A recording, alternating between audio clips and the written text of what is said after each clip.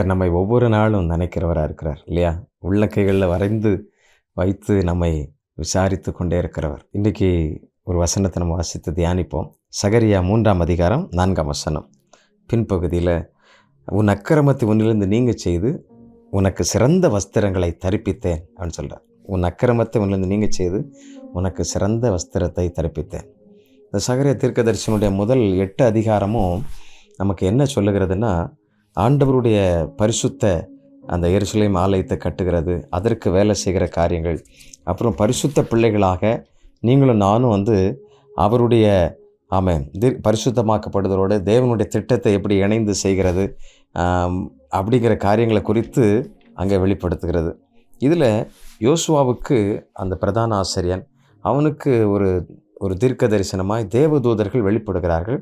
அப்படி வெளிப்படும் பொழுது தான் நேரடியாக ஆண்டவர் பிரத்யேகமாக இந்த வார்த்தைகளை சொல்லுகிறத நம்ம பார்க்குறோம். நீங்கள் 3ஆம் வசனம் பார்த்தீங்கன்னா, அழுக்கு வஸ்திரம் தரித்தவனாய் தூதனுக்கு முன்பாக நின்றிருந்தான். அப்பொழுது தமக்கு முன்பாக நிற்கிறவர்களை நோக்கி, இவன் மேல் இருக்கிற அழுக்கு வஸ்திரங்களை களைந்து போடுங்கள் என்றார். அழுக்கு வஸ்திரங்களை களைச்சி போட்டு அவங்களுக்கு என்ன செய்யுங்கன்னா, அந்த அக்கிரமத்தை நீக்கி சுத்திகரித்து அவனுக்கு என்ன செய்யுங்க, புது வஸ்திரங்களை கொடுங்க அப்படிங்கிறார்.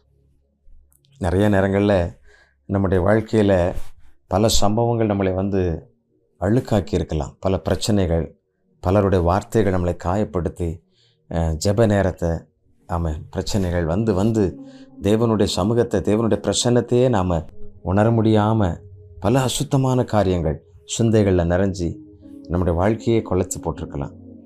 நான் ஆண்டு சொல்கிறார், உன் அக்கிரமங்களை நீங்க செய்வேன், உனக்கு புது வஸ்திரத்தை கொடுப்பேன் அப்படின்னு சொல்கிறார்.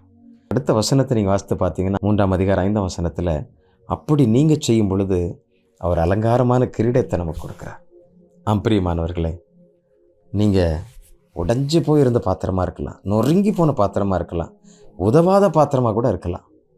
என்னை எல்லோரும் வெறுத்துட்டாங்க, இனி வாழ்க்கையே இல்லை, இந்த உலகத்தில் ஏன் இருக்கிறோம் அப்படி கூட எண்ணிக்கிட்டு இருக்கலாம்.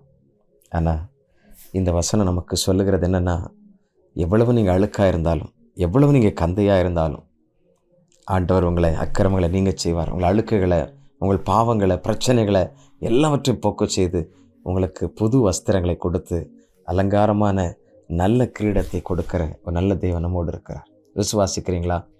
கர்த்தரை பின்பற்றுகிறவர்களுக்கு அந்த நன்மை உண்டு, கர்த்தரை பின்பற்றுகிறவர்களுக்கு அந்த ஆசீர்வாதம் உண்டு. உங்களுடைய தனிப்பட்ட வாழ்க்கையில், குடும்ப வாழ்க்கையில், எல்லா சூழ்நிலைகளிலும் கர்த்தர் அதை நமக்கு ஆசீர்வதித்து தருவார்.